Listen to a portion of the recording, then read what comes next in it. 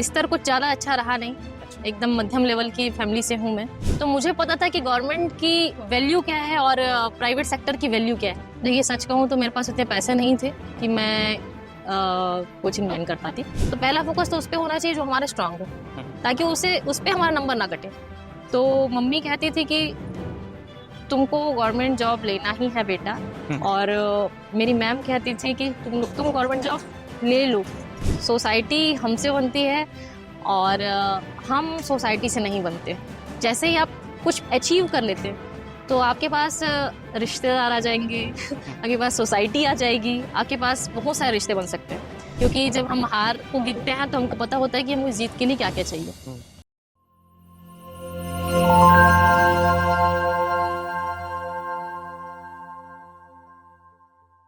Hello, नमस्ते, जय हिंद। आज हमारे साथ हमारे चैनल में जुड़ी है सीजी पुलिस कांस्टेबल टेलीकम्युनिकेशन पूजा देवांगन जी। सो मैम, आपका बहुत बहुत स्वागत है हमारे चैनल में। धन्यवाद, नमस्कार। तो मैम, शुरू से बात करते हैं आपकी प्राइमरी एजुकेशन से लेके। आपका गृह ग्राम कहाँ है? नगरी सिहावा, जिला धमतरी के आगे, मतलब जो नगरी सिहावा गांव है जहाँ से महानदी निकली है, वहाँ से 3 किलोमीटर आगे ग्राम सेमरा से मैं हूँ। अच्छा, तो आपकी प्राइमरी एजुकेशन वहीं पे हुई?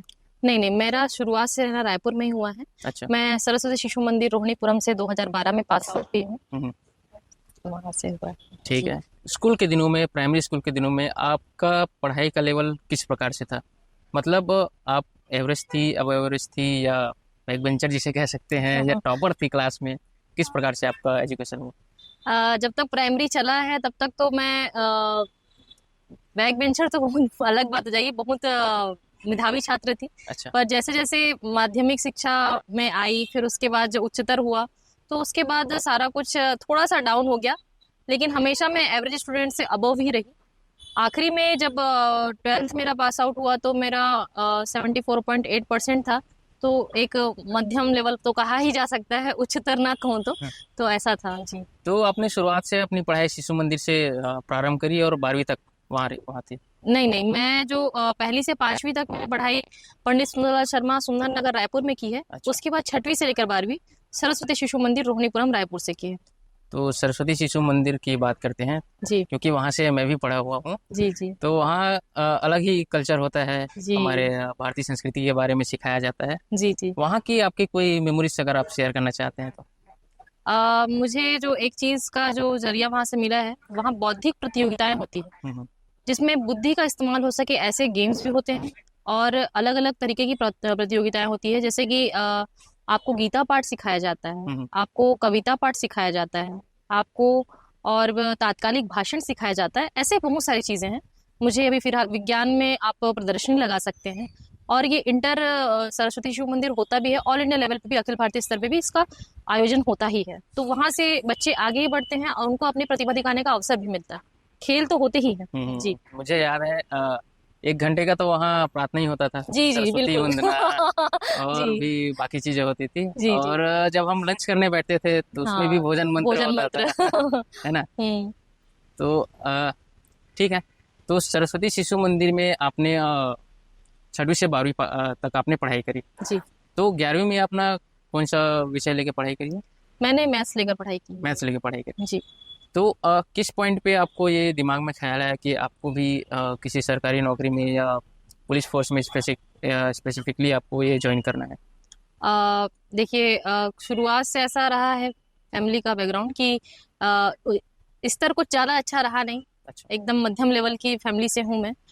तो फिर मेरा ऐसा शुरुआत से यही था, मम्मी का भी यही सोच था, पापा मतलब सारा कुछ कि पिताजी आपके क्या करते हैं? मेरे पिताजी जो हैं प्राइवेट कार्य करते हैं। अच्छा। तो कोई परमानेंट गवर्नमेंट जॉब है नहीं, या फिर कहीं परमानेंट आय के साधन थे नहीं। तो शुरुआत से एक माइंडसेट था कि परमानेंट आय के साधन होना बहुत आवश्यक है, तो सरकारी नौकरी तो चाहिए ही। जैसे ही हमारा कॉलेज कंप्लीट होगा फिर उसका पूरा फोकस रहेगा कि सरकारी नौकरी ही चाहिए।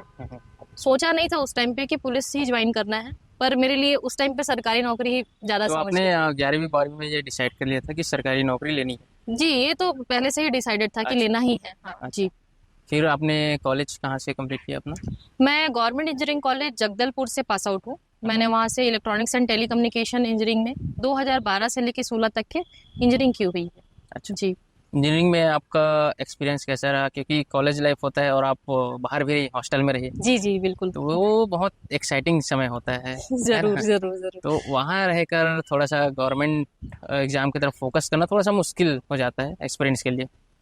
तो अभी जो कोई कॉलेज में है जी या खासकर बाहर है जी। और वो गवर्नमेंट एग्जाम की तैयारी करना चाहते हैं, तो उनके लिए आप क्या सलाह देना चाहेंगे? मेरी सलाह यही है कि जब हम घर से बाहर निकलते हैं तो हमको सबसे पहले इस चीज का फोकस रहता है कि हम घर तक कैसे पहुंचे, या फिर हमको वो चीज मतलब सुकून हर व्यक्ति चाहता है हर जगह पे, चाहे वो घर पे हो या बाहर पे हो। तो जब हम युवा होते हैं तो हमारा एक मेन फोकस होता है कि हम खुद की कमाई या सेल्फ डिपेंडेंसी जिसे कहते हैं वहां तक पहुंचे। और ये सफर जो होता है कॉलेज के बाद ही असल में शुरुआत होती है। कुछ लोगों की पहले हो जाती है जर्नी, जो स्कूल कॉलेज से शायद शुरू हो जाते हैं, लेकिन जनरली मुझे लगता है कि हमको बैचलर डिग्री के बाद ही इस पर पूरी तरीके से फोकस होना चाहिए। तो वहाँ पर जब मैं गवर्नमेंट इंजीनियरिंग कॉलेज पहुंची तो मुझे पता था कि गवर्नमेंट की वैल्यू क्या है और प्राइवेट सेक्टर की वैल्यू क्या है। क्योंकि सामान्यतः क्या होता है कि इंजीनियरिंग कॉलेज तो पहुंचते हैं, लेकिन हम जब अब स्कूल के बाद जब कॉलेज पहुंचते हैं तो जितना वैल्यू गवर्नमेंट कॉलेजेस को मिलता है उतना वैल्यू प्राइवेट कॉलेजेस को नहीं मिलता। और हम वो एक आइडेंटिटी लेके चलते हैं। तो जब मेरा रैंक कुछ ठीक ठाक सा आ गया, मुझे गवर्नमेंट कॉलेज मिला, तो मुझे लगा कि शायद मैं यहाँ पर एक अच्छा प्लेटफॉर्म तैयार कर सकती हूँ, आगे के लिए सोच सकती हूँ। तो मैं वहाँ पर तैयारी कर रही थी जैसा भी है। हालांकि गवर्नमेंट के बाद गवर्नमेंट जॉब की मैंने वहाँ कोई प्रिपरेशन नहीं की है, उसके बाद ही मेरा आगे का प्लान था कि करना है, पहले इंजीनियरिंग कंप्लीट कर लेते हैं। तो वहीं से मेरा फोकस था कि आगे भी गवर्नमेंट ही पकड़ना है। तो 2016-17 में आपने इंजीनियरिंग से पास आउट हुए? नहीं, मैं 15-16 लास्ट ईयर था। 15-16 आपका फाइनल ईयर था। उसके बाद आपने तैयारी किस प्रकार से चालू की? कोई कोचिंग ज्वाइन किया या सेल्फ चालू किया? देखिए सच कहूँ तो मेरे पास इतने पैसे नहीं थे कि मैं कोचिंग ज्वाइन कर पाती। फिर भी मैं उन दिनों के अपने याद करती हूँ जर्नी, तो मुझे बस इतना याद है कि जहाँ जहाँ पर भी नए नए क्लासेस ओपन होते थे तो उसमें 2-4 दिनों का फ्री डेमो होता था, डेमो क्लास। तो मुझे पता था कि यदि मैं डेमो में भी 2 दिन में भी कुछ अच्छा जान ली तो ये मेरे लिए ये बहुत इंपॉर्टेंट होगा। तो ये से जो 10-12 डेमो मैंने रायपुर के अलग अलग स्थानों में किए हुए, और उसके बाद मुझे पता चला कि इतने से कुछ नहीं होगा, तो खुद अपने इस तरह पढ़ाई करती थी लेकिन उतना हो नहीं पाता था। उसके आगे मुझे लगा कि शायद मुझे कुछ पैसे कमाने होंगे, बाहर निकलना पड़ेगा, और अभी मेरे पास क्या चीज़ है, तो मेरे पास मेरी पढ़ाई ही थी जो मुझे आगे बढ़ाती। तो मैंने पढ़ाई को प्रेफरेंस मानते हुए और पढ़ाई से ही जुड़ी रहूं करके पढ़ाना शुरू कर दिया। बच्चों को पढ़ाया करती थी मैं। तो आप ट्यूशन क्लासेस लेती थी या स्कूल में? नहीं, स्कूल में नहीं, मैं ट्यूशन क्लासेस लेती थी। ट्यूशन क्लासेस मैं घर जा जाके पढ़ाती थी, होम ट्यूटर थी मैं।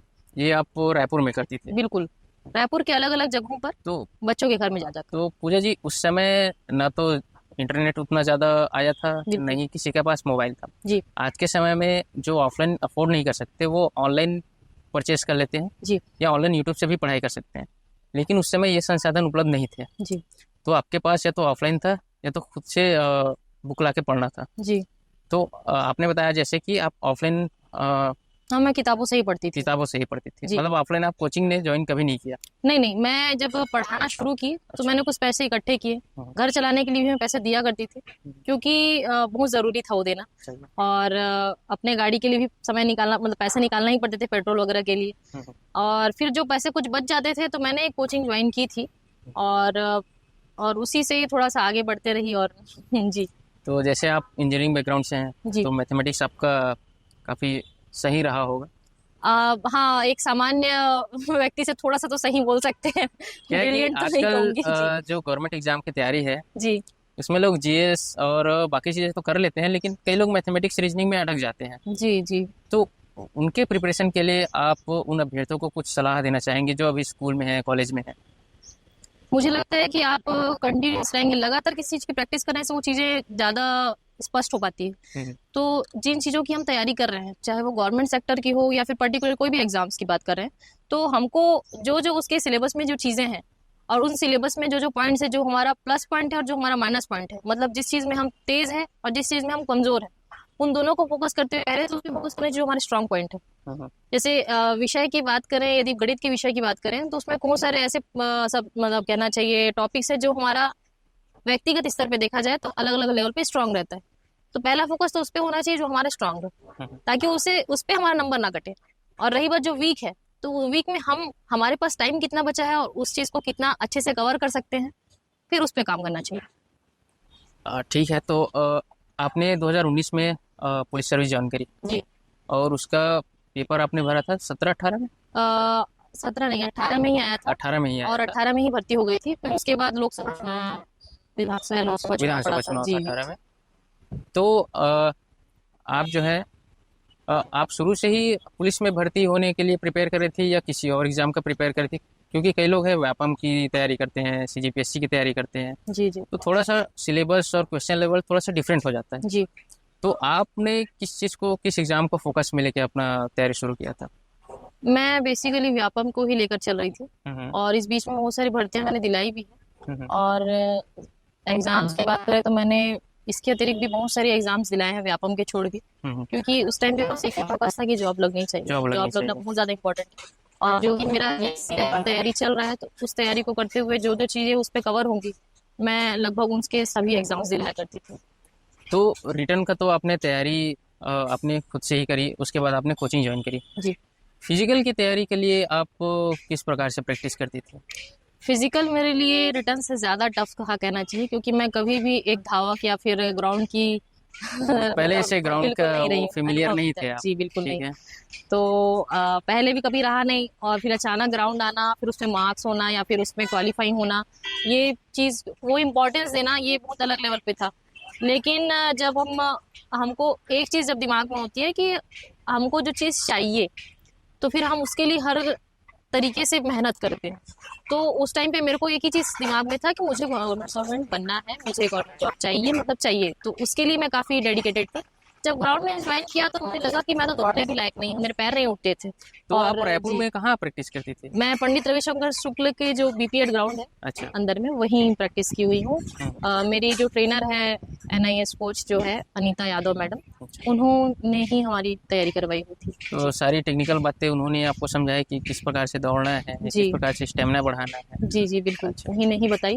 और एक चीज़ जो मैम हमेशा मुझे कहती थी, मैं आज भी अन्य अभ्यर्थियों को कहना चाहूँगी कि एक था, मेरे घर का एक माइंड सेट था, क्योंकि स्थिति अच्छी नहीं थी, काफ़ी मध्यम से भी कह सकते हैं, डाउन ही रहा है जैसा भी शुरुआत में। तो मम्मी कहती थी कि तुमको गवर्नमेंट जॉब लेना ही है बेटा, और मेरी मैम कहती थी कि तुम गवर्नमेंट जॉब ले लोगी, ठीक है। तो और मेरे दिमाग में इन दोनों बातों के मध्य बस एक ही बात था कि मुझे करना ही है। ठीक है। तो तो यही दो शख्स हैं मेरे जीवन में, दो लेडीज हैं जिनकी वजह से जो भी है आज मैं हूँ, वो इन्हीं की वजह से हूँ। तो आपने कॉलेज के बाद ये प्रिपरेशन चालू किया, जी। तो आपके फ्रेंड सर्कल का भी आपके ऊपर प्रभाव पड़ा या आप लोग साथ में तैयारी करते थे? किस प्रकार से आपका फ्रेंड सर्कल का, आपके ग्रुप का आपके ऊपर प्रभाव पड़ा आपके तैयारी पे? मैं कहना चाहूँगी कि जब हम कोई चीज़ लेने या कुछ चीज़ चाहते हैं, तो हम दूसरों से प्रभावित ना हो तो बेहतर। अच्छा। ठीक है। ये हो सकता है कि बाकी लोगों को कटाक्ष करती होगी बातें, पर मुझे लगता है कि सबके लाइफस्टाइल अलग है, सबके ड्रीम्स अलग है, और सबका पाने की क्षमता भी अलग अलग।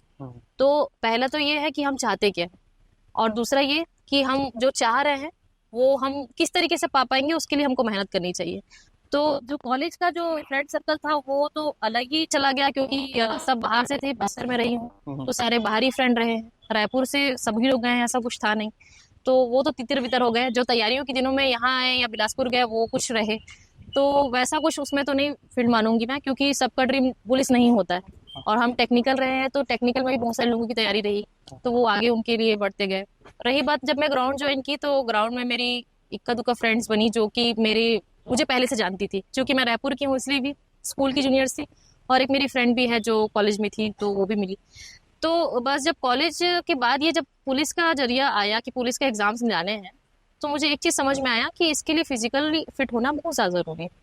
और उसके लिए पहली बात तो आपके पास स्टेमिना होनी चाहिए, आपको सही से डाइट लेनी चाहिए, जो चीज़ें नहीं खानी है कम से कम भर्ती तक ना खाएं, ताकि आपका फिटनेस मेंटेन रहे। फिलहाल तो मैं अभी काफ़ी हेल्दी हो गई हूँ, क्योंकि ग्राउंड छूट जाने से कई बार होता है कि उसमें अफेक्ट दिखता है। उस टाइम पे मैं काफ़ी दुबली पतली थी, और सांवली भी कह सकते हो गई थी, क्योंकि मुझे लगता था कि जॉब चाहिए मतलब आपको 100% आपको ग्राउंड को देना होगा। तो मैंने मॉर्निंग बहुत किया हुआ है, कई बार मैं इवनिंग में भी जाया करती थी। क्या रूटीन रहता था आपका फिजिकल के लिए? फिजिकल के लिए मैं यही, मैडम जब भी बोलते हैं कि आना है 6 बजे पहुंचना, 6 बजे पहुंच जाना है, ना सोना है ना तुम्हारे पेट दर्द का बहाना होना चाहिए। तो मैं जो इतना ग्राउंड में डेडिकेटेड रही, मैं स्पेशली सभी महिलाओं को भी कहना चाहूंगी, या जो भी मुझे अभ्यर्थी देख रहे हैं उन्हें कहना चाहूंगी कि यदि आप ग्राउंड जा रहे हैं तो आपको ग्राउंड के लिए इतना डेडिकेशन होना चाहिए कि आपके मन में कभी भी किसी दूसरे को देखकर बहाने नहीं आने चाहिए। ना ही आपके पास कुछ भी समस्या होगी, चाहे वो व्यक्तिगत हो या फिर किसी भी तरीके की मानसिक या फिर शारीरिक आर्थिक जो भी समस्या है, आप जब ग्राउंड में आए हैं तो ग्राउंड में सब भूल जाइए। क्योंकि एक सबसे मेन बात क्या होता है, जब आप सुबह की शुरुआत एक ग्राउंड से करते हैं तो आपका माइंड काफी खुला हुआ होता है, फ्रेश माइंड होता है। और उस टाइम यदि आपने फिजिकल वर्कआउट किया है तो आपको दिन भर वो एक अलग एनर्जी देती है। ये अलग बात है कि आप उस एनर्जी के साथ साथ थकावट भी महसूस कर सकते हैं इतना वर्कआउट करने के बाद, लेकिन आपको वो एनर्जी देगी क्योंकि आपका शुरुआत एक पॉजिटिव एनर्जी के साथ होता है।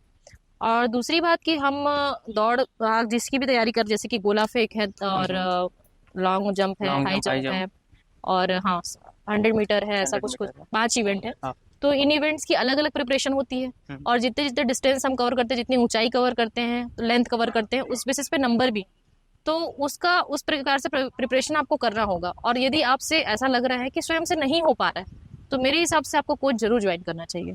क्या है, एक फीमेल कैंडिडेट का फिजिकल के लिए तैयारी करना थोड़ा सा टफ जाता है। जी रिटर्न तो उनका थोड़ा सा स्ट्रांग रहता है, जी जी लेकिन मेल के मुकाबले फीमेल का जो फिजिकल क्राइटेरिया है वो थोड़ा सा तो अलग रहता ही है, लेकिन तैयारी में उनको उतना आसान नहीं पड़ता जितना मेल को पड़ता है। जी बिल्कुल, तो वो थोड़ा सा आपने चैलेंज फेस किया होगा जरूर। जरूर किया है। और आपने बताया कि आप बच्चों को भी ट्यूशन पढ़ाते थे, तो अपना फिजिकल भी आपको देखना है, बच्चों जी। को ट्यूशन भी पढ़ाना है। आपने बोला कि आपको कोचिंग भी ज्वाइन करी थी, जी फिर आपका सेल्फ स्टडी भी है, जी। तो वो चीज़ें आपने किस प्रकार से मैनेज किया? और उन दिनों मैं एक कोर्स भी ज्वाइन की हुई थी, कॉलेज ज्वाइन किया हुआ था मैंने, अच्छा। हालांकि मैं कंटिन्यू नहीं कर पाई।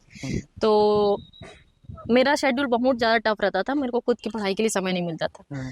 तो वो जर्नी में एक बार फिर आप लोगों को बताना चाहूँगी, शायद उससे थोड़ा बहुत ऐसा लगे कि शायद ये कर सकती तो हम भी कर सकते हैं। मैं मॉर्निंग में 5 बजे के आसपास उठती थी, तैयार होके मतलब जो फिजिकल के लिए तैयार होना है, शॉर्ट्स पहन के या फिर जो शर्ट वगैरह पहन के, जूते पहन के ग्राउंड पहुंचे। ग्राउंड में मैडम का जो भी रूटीन था कि आज के डेट में आपको 500 मीटर दौड़ना है या इसकी रेस लगानी है या फिर इतना दौड़ के दिखाना है, या फिर आपका जैसा भी रूटीन था, जो भी आप अलग अलग इवेंट्स करेंगे, वो मैम हमसे करवाती थी, कोच मैम।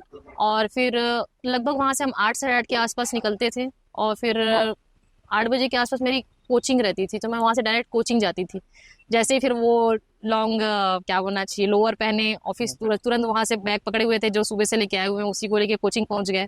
फिर पढ़ाई किया, तो वहाँ पे बहुत नींद आती थी, और उस नींद को मैं मतलब मैं पॉजिटिव भी होती थी और नेगेटिव होती थी कि यार मैंने इतनी तैयारी की है तो मुझे ये भी करना है, मुझे वो भी पढ़ना है, और मैं ना फिजिकल छोड़ सकती हूँ ना मैं रिटर्न छोड़ सकती हूँ। तो मैंने वो कंटिन्यू किया। कई बार सर बोलते थे कि तुम कैसे कैसे आ जाती हो, कभी अच्छे से पढ़ाई नहीं करती, तुम्हारा ध्यान नहीं रहता, नींद रहती हो, लेकिन मेरे पास टाइम कहाँ है, मैं क्या करूंगी उस टाइम पे। फिर उसके बाद जैसे ही कंप्लीट होता, घर आए, फ्रेश हुए, फिर वो कॉलेज जाना रहता था, कुछ मैंने कोर्स एक ज्वाइन किया हुआ था, फिर वो चले गए, फिर वहां से टाइम मिला तो वहां के लाइब्रेरी में बैठ गए। फिर उसके बाद करीबन 3-4 बजे के आसपास मैं फिर से वापस प्रिपेयर होके, जो 4 बजे निकलती, रात को 10 बजे मैं बच्चों को पढ़ा के अलग अलग घरों में घर आती थी। तो 10 बजे के बाद आदमी इतना एग्जॉस्ट हो जाता है कि उसके पास टाइम नहीं रहता कि वो खुद पढ़ सके। लेकिन इस बीच में जो थोड़ा बहुत समय मिल गया दोपहर के टाइम का, मैं उसको कर लेती थी कवर।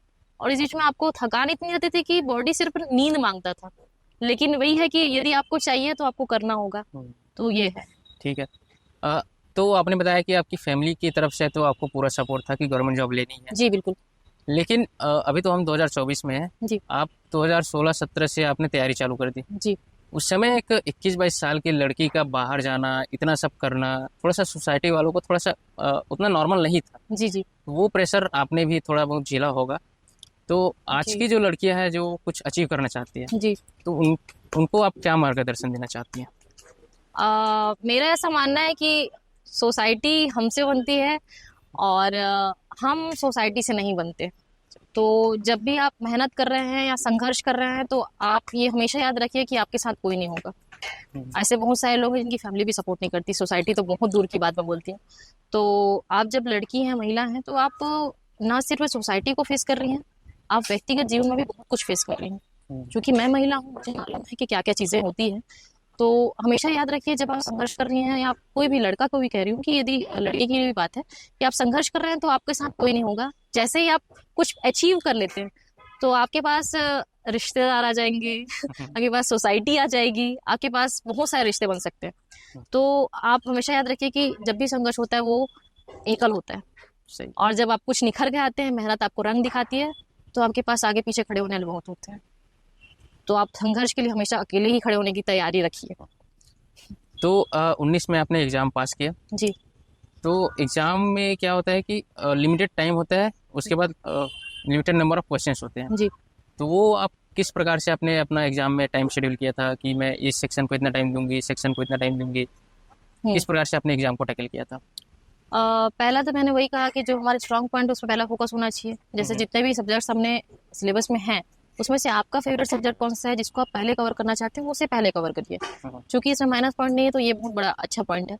तो आप पहले, जैसे किसी का मैथ्स स्ट्रांग है और टाइम नहीं लगता है, फटाफट होता है, तो फिर उसके बाद फटाफट उसको आप पहले कर लीजिए। यदि आपका जीएस सेक्शन अच्छा है तो जीएस सेक्शन को पहले कर लीजिए। कई लोगों को होता है कि जीएस जा रहे, क्योंकि जीएस के सेक्शन ऐसे होते हैं कि इसमें सिर्फ टिक करना है, आगे बढ़ना है, उसमें टाइम नहीं लगेगा। मैथ्स और रीजनिंग के सवालों में ऐसा होता है कि आपको यदि गलत बन गया तो फिर आपको फिर से उसमें देखना पड़ेगा। तो जो चीज़ें जल्दी कवर हो सकती है उसको पहले कवर करिए। ठीक है। तो एग्ज़ाम पास करने के बाद जब आपका सिलेक्शन हुआ, जी। जब फाइनल मेरिट में आपका नाम आया, जी। तो उस समय आपकी क्या फीलिंग रही थी? आपने किसे बताया पहले, या घर में किस प्रकार का माहौल बना, किस प्रकार की सिचुएशन थी? ये थोड़ा सा आप विस्तार से बताएं। सबसे पहले असल में मैंने इतने एग्जाम दिला दिए थे ना कि उम्मीद भी नहीं थी कि होगा नहीं होगा। मतलब अच्छा गया था, ये तो ठीक था, लेकिन खुद पढ़ाई तैयारी नहीं कर पाती थी तो इसका अफसोस था। तो सबसे पहले मैं रिजल्ट मेरे भैया देखे थे, और मेरे को लगता है अभी तक की कोई अचीवमेंट नहीं रही ऐसा होता था।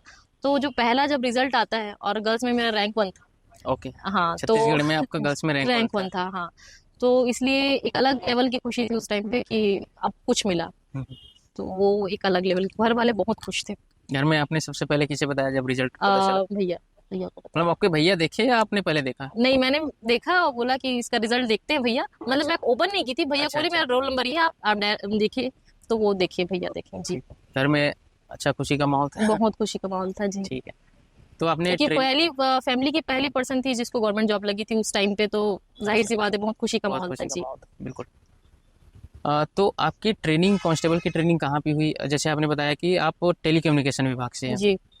तो वो मेरिट में आने के बाद ही पता चल जाता है कि ये कौन से विभाग में जाएगा, या ट्रेनिंग के बाद वो डिसाइड होता है कि कौन कौन से विभाग में जाएगा? देखिए, मेरा जो भर्ती निकला हुआ था जिसमें मैं भर्ती हुई हूँ, वो टेलीकम्युनिकेशन का ही निकला हुआ अच्छा, था। टेलीकम्युनिकेशन का ही वैकेंसी निकला था। जी। ठीक है। और इसके पहले मई 2018 में कांस्टेबल जीडी का निकला हुआ था, जनरल ड्यूटी वालों का। General duty. तो उसको ही मैंने दिलाया हुआ था। उसमें मैं 3 सेकंड से आउट हो गई थी। मेरा क्लियर ही नहीं हो पाया था फिजिकल, और ऐसे बहुत सारे फिजिकल में मैं आउट हो चुकी हूँ। मैं आपको गिनवा लेती हूँ इसी बहाने। क्योंकि जब हम हार को गिनते हैं तो हमको पता होता है कि हमें जीत के लिए क्या क्या चाहिए। तो मैंने आरपीएफ का एग्ज़ाम दिलाया था, और मैं फॉरेस्ट के भी एग्ज़ाम दिला चुकी हूँ। तो फॉरेस्ट में मैं क्या गार्ड की नौकरी के लिए एक नौजी दिलाया था, तो उससे मेरे से गोला फेंक नहीं हुआ था।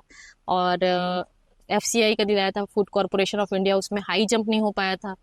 और एक जगह मेरा एग्ज़ाम में लॉन्ग जंप नहीं हो पाया था। एक बार मैंने एनसीसी लश्कर भी दिला दिया था उस टाइम पे, तो फिर वो सिटअप नहीं हुआ था, बॉडी अप डाउन होनी रहती है ऐसा करके, वो बॉडी अप ही नहीं हुई। हालांकि उस टाइम बहुत पतली थी मैं, फिट बोल सकते हैं, लेकिन कभी जो किया नहीं एक्टिविटी, वो एक्टिविटी रैंडम नहीं होती, चाहे आप कितने भी फिट दिखते रहो। तो वो चीज़ें थी। तो ऐसा लगातार बहुत सारे फिजिकल एग्जाम में मैं फेल होती गई हूँ। तब जाके समझ में आया कि मुझे अब किस में ध्यान देना है और किसको स्ट्रॉन्ग बनाना है। उसमें समय लगा है काफ़ी। जी। ठीक है। तो ये काफ़ी मैं समझ सकता हूँ मनोवैज्ञानिक दबाव भी रहा होगा, क्योंकि आप काम के साथ साथ रिटर्न भी करना है, फिजिकल भी करना है, घर वालों की भी उम्मीद है। जी। तो ये आपने लगभग 2 साल तैयारी में निकाला होगा? बिल्कुल। बिल्कुल 2 साल तैयारी में, उसके बाद आपने कामयाबी हासिल करी। जी। फिर आपकी ये जो ट्रेनिंग है, ये ट्रेनिंग आपकी कहाँ पे हुई?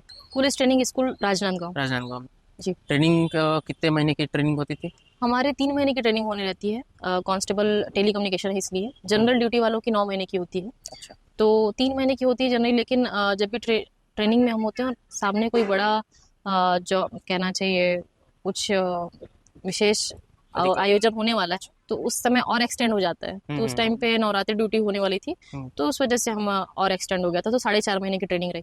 उसके बाद एक और ट्रेनिंग होती है जो हमारी ट्रेनिंग की टेली कम्युनिकेशन की 6 महीने की, वो भिलाई में होती है। तो वो पिछले 2 साल पहले ही मैंने 2022 में की कंप्लीट की हुई है जी। तो ये थोड़ा सा आप ट्रेनिंग के बारे में थोड़ा सा विस्तार से बताएं, क्योंकि जीडी के बारे में तो लगभग सभी लोग जानते हैं कि किस प्रकार से ट्रेनिंग होती है, फिजिकल होती है और थ्योरी वगैरह पढ़ाई होती है। जी आपकी ट्रेनिंग में किस प्रकार से फिजिकल एलिमेंट था और टेक्निकल चीज़ें थी?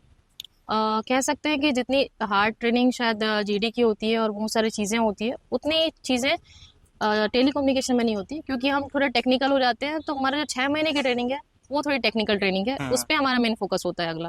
बाकी फिजिकल ट्रेनिंग तो लगभग बराबर थी, बस ड्यूरेशन कम था, 3 महीने का था। तो वही मॉर्निंग उठना, पीटी होना, और फिर उसके बाद परेड होना, फिर वही 5-10 मिनट का गैप मिला, फिर आपको उसने में आपको खाना भी है, नहाना है तो नहा लो, और फिर 10-15 मिनट में आप पहुंचे, तुरंत आपको क्लास अटेंड करना है। क्लास के लिए तुरंत भागे 9 बजे से लेकर 12-1 बजे तक के आसपास, फिर 1:30 बजे तक आपको खा भी लेना है। फिर उसके बाद कई बार क्या होता था कि 2:30 बजे या 3 बजे आपको फिर से परेड में बुला लिए, फिर उसके बाद आपको जाना है। तो परेड का वो कुछ सेशन होता था 6 बजे, 6 साढ़े 6 बजे तक लगभग हो जाता था। फिर आपके पास थोड़ा बहुत गैप मिला, फिर 8 बजे सब फिर खाना मिला, फिर 9 बजे। तो ये पूरा शेड्यूल काफ़ी बिजी रखते हैं, और हमको हर टाइम में अलर्ट होना रहता है कि कभी भी किसी चीज़ के लिए हमको बुलाया जा सकता है, हम तुरंत रेडी मिले जी। तो एक कांस्टेबल टेलीकम्युनिकेशन का एक बेसिक जॉब ऑफ नेचर क्या होता है? आप जितना बता सकते हैं आप बता सकते हैं हमारे दर्शकों को। जी देखो, टेली कम्युनिकेशन में सर ऐसा है कि जितने वायरलेस सेट हैं, रेडियो सेट हैं, उन पे ही हमारा काम होता है। जिला मुख्यालय में हमारी पोस्टिंग होती है, और हर जितने भी ज़िले हैं छत्तीसगढ़ में, उसमें सारे ज़िलों में मुख्यालय में हमारी पोस्टिंग होती है। इंटीरियर एरिया में जनरली कम होती है, वो रिक्वायरमेंट पे डिपेंड करता है, और गर्ल्स की तो रेयर ही है पोस्टिंग वैसे होना। और इन वायरलेस सेटों पर ही हमारा काम होता है। जो जिला से जिला हमारा कनेक्टिविटी होता है, और ज़िले के जो प्रमुख मुख्यालय हैं या फिर बड़े ऑफिसेस हैं, उसमें ऑफिस टू ऑफिस ही कनेक्टिविटी होती है। हम जनता से डायरेक्ट कनेक्शन नहीं रखते जी। तो आपकी ये जो कामयाबी है, जी आपने 19 से ज्वाइन किया, जी 5 साल आपने सक्सेसफुली ये सर्व कर लिया, जी और आपने समाज सेवा भी किया है, और इसमें इंद्रधनुष अवार्ड भी लिया। जी ज्वाइनिंग के 6-7 महीने बाद ही आपने अवार्ड ले लिया। जी जी तो उस समय आपका क्या फीलिंग था? आपने जब घर वालों को ये बताया कि ये अवार्ड आपको मिल रहा है, जी जी तो वहाँ किस प्रकार की स्थिति थी? देखिए, वो मोमेंट तो कह सकते हैं जीवन का सबसे बड़ा अचीवमेंट था अभी तक का। क्योंकि एक अपने जो पुलिस के हेड हैं, जी उनसे अवार्ड लेना एक बहुत बड़ी बात होती है। हर किसी पुलिस वाले का ये सपना होता है कि डीजीपी से वो अवार्ड ले। जी तो बिल्कुल। आपका क्या फीलिंग था उस टाइम? मेरे साथ तो ऐसा कहना चाहिए कि इतना अचानक अचानक सा हो गया, कुछ समझ ही नहीं आया। पर वो खुशी इतनी बहुत ज़्यादा बड़ी थी मेरे लिए, क्योंकि 2 मार्च में मैंने ज्वाइन किया था, और 2 अक्टूबर का ये नवरात्रि ड्यूटी में डूंगरगढ़ वाला इंसिडेंट था। एक बुजुर्ग महिला को मैंने उसमें उठाया था, क्योंकि हमको वहाँ ड्यूटी मिली थी, तैनाती मिली थी, और पूरा बल गया हुआ था पीटीएस राजनांदगांव से, और डूंगरगढ़ में ड्यूटी करने के लिए शारदीय नवरात्रि में। तो जब मैं गोद में उठाकर उन्हें चली, मेरे पीछे एक लेखक थे, शुरू से लेखन में बहुत रुचि रही है मेरी, तो मैं उनसे मिली रही थी, और वो मेरे पीछे पीछे चल रहे थे। तो रैंडम एक लेडी आई, काफ़ी बुजुर्ग थी। फिर मैंने उनको देखा, उनके हस्बैंड थे, वो बोले कि चल नहीं पा रही हैं। फिर मेरे को लगा कि चलो मैं शायद हाथ दूंगी तो कंधा दूंगी, हो जाएगा। नहीं हुआ, वर्दी में थे, और मेरा ड्यूटी ऑफ वहाँ से ऑफ हो चुका था हालांकि। पर लगा कि यहाँ आया हुआ हर व्यक्ति क्या चाहता है, दर्शन ही तो चाहता है, और जो इतने बुजुर्ग हैं और इस स्थिति में है, तो शायद ये जीवन का अंतिम दर्शन जैसा होगा, उनकी इच्छा होगी, और वो था भी एक्चुअली कि उनका इच्छा था कि आखिरी बार अच्छे से दर्शन कर लूँ, ऐसा कुछ। तो कुछ समझ आया नहीं, सीधा गोद में ऐसे उठाई और चलती गई माता के पास। तो वो जो इंसिडेंट था, उनके हस्बैंड जो हैं चप्पल भी नहीं उतारे थे, हम गर्भगृह में थे। तो वो जब मैं याद करती हूँ तो लगता है कि किस किस स्थितियों में व्यक्ति आता है। तो फिर उसके बाद कंप्लीट मुझे लगा कि मैं वापस छोड़ना भी चाहिए, वो किया, और ये चीज़ें पीछे वायरल हो गई कि एक पुलिस वाली लेडी कांस्टेबल में उठा के गई जी। 2022 में आपको रोल मॉडल ऑफ पुलिस का भी अवार्ड मिला? नहीं, 2020 में ही मिला। 2020 में ही जी मिला जी। था। तो वो आपकी किस अचीवमेंट के लिए मिला? ये इसमें शामिल था कि मैं सोशली काफ़ी वर्क करती हूँ, और ये भी जो भी डोंगरगढ़ इंसिडेंट था, उसको देखते हुए भी मुझे इस चीज़ में लाया गया था। Best role model of CG police का अवार्ड मिला था जी। ठीक है। तो आपने सक्सेसफुली 5 साल सर्व कर लिया है। जी। आगे जीवन में आपका क्या टारगेट है? मैं आगे भी तैयारियां करना चाह रही हूँ, और अपने स्तर पे थोड़ी चल भी रही है, अच्छा। बट अभी फिलहाल अभी इसे ओपन करना जैसा कुछ है नहीं, तो ऐसा है कि ठीक है। आगे ही बता तो पाएंगे। जॉब के साथ साथ बहुत सारे लोग तैयारी करते हैं, जी। तो उनके लिए आप कुछ सलाह देना चाहेंगे? देखिए, वो तो डिपेंड करता है कि आप क्या चाहते हैं अपने जॉब हम्म। से, सॉरी अपने लाइफ से क्या चाहते हैं, क्या अचीव करना चाहते हैं। उसके बेसिस पे ही आप टाइम निकाल पाएंगे, उसके बेसिस पे ही आप प्रायोरिटी डिसाइड कर पाएंगे। तो जॉब का आपका जो शेड्यूल रहता है जिसका भी, जैसा उससे ही आगे पीछे मॉर्निंग या फिर इवनिंग इस टाइप का निकाल कर समय पढ़ा जा सकता है, बस और कुछ नहीं। जी। तो पूजा जी, बहुत बहुत धन्यवाद आपका हमारे चैनल से जुड़ने के लिए। जी। और अभी हाल ही में नई वैकेंसी आई है 6000 जीडी के लिए छत्तीसगढ़ पुलिस की, तो उसकी तैयारी के लिए आप अभ्यर्थियों को क्या सलाह देना चाहती हैं? देखिए, आप यदि किसी एग्जाम की तैयारी कर रहे हैं, जैसे कि अभी आरक्षक भर्ती आई हुई है, तो सबसे मेन बात, आप ग्राउंड को तो बहुत ज़्यादा डेडिकेशन होकर दीजिए। जितना ज़्यादा ग्राउंड में डेडिकेशन देंगे उतने अच्छे मार्क्स भी मिलेंगे, क्योंकि 5 इवेंट हैं, सभी इवेंट्स में आपके नंबर अच्छे कवर होने चाहिए। दूसरा एक विषय है कि आप रिटर्न एग्जाम्स दिलाएंगे, तो उन चीज़ों को बहुत ज़्यादा फोकस करिए जिन पे आपका पॉजिटिव पॉइंट है, स्ट्रांग है, और जिनमें आप लगता है कि आप वीक हैं, तो उनको आप सेकेंडली ही दीजिएगा। पहले एग्जाम में आप पहले वही फील करिएगा जो आपका स्ट्रांग है, और जितने भी आपके स्ट्रांग नहीं है पॉइंट, उस पर आप फिर सेकंड फोकस करिए और अभी भी से तैयारी शुरू कर दीजिए। जी। ठीक, थैंक यू।